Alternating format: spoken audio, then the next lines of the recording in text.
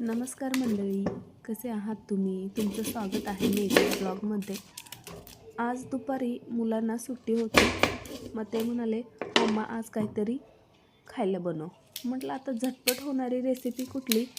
तर मसाले भात. चला तर मग आता मी मसाले भात करते आहे. पहिल्यांदा कांदा चिरून घेतला. कांदा चिरताना मला खूप त्रास होतो, त्याच्यामुळे डोळ्यातून पाणी आलेलं आहे, तुम्ही बघू शकताय.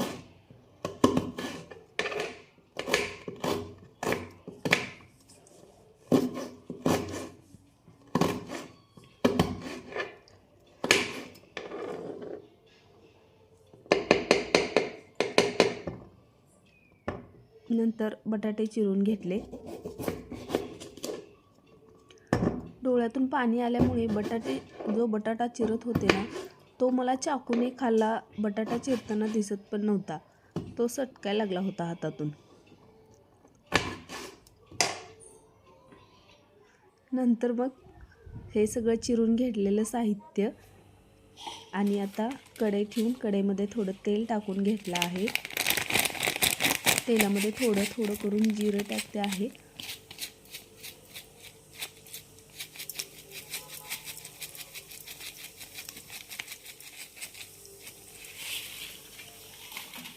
जिरं टाकून घेताना त्याच्यामध्ये मला जे मी बाकीचे फोडणी घालत होते, कांदा, टमाटे,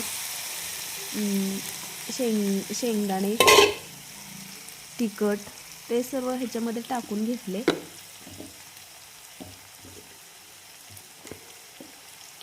कोथिंबीर, आलं, लसूण त्याची पण पेस्ट टाकली आहे त्याच्यामध्ये. आणि चवीला थोडंसं काळं तिखट, कारण आमच्याकडे थोडा काळा तिखटातला मसाले भात सर्वांना आवडतो. हो, मुलांना पण आवडतो. त्यामुळे थोडंसं काळं तिखट पण टाकून घेतलं. आणि नंतर शेवटी नमक हे आपल्या आवडीने जशी त्याला हवं आहे तसं आपण टाकू शकतो. त्याच्यानंतर 2 मिनटं ते सर्व मिक्स केलेल्या भाज्या मिक्स करून घेतल्या आणि पाणी ओतून घेतलं.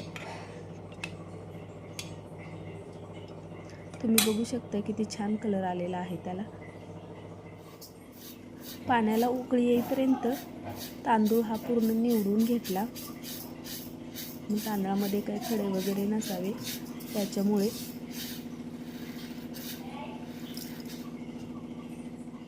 त्याच्यानंतर निवडलेला तांदूळ हा पाण्यामध्ये स्वच्छ धुवून घेऊन घेतला आणि परत नंतर त्याच्यामध्ये टाकला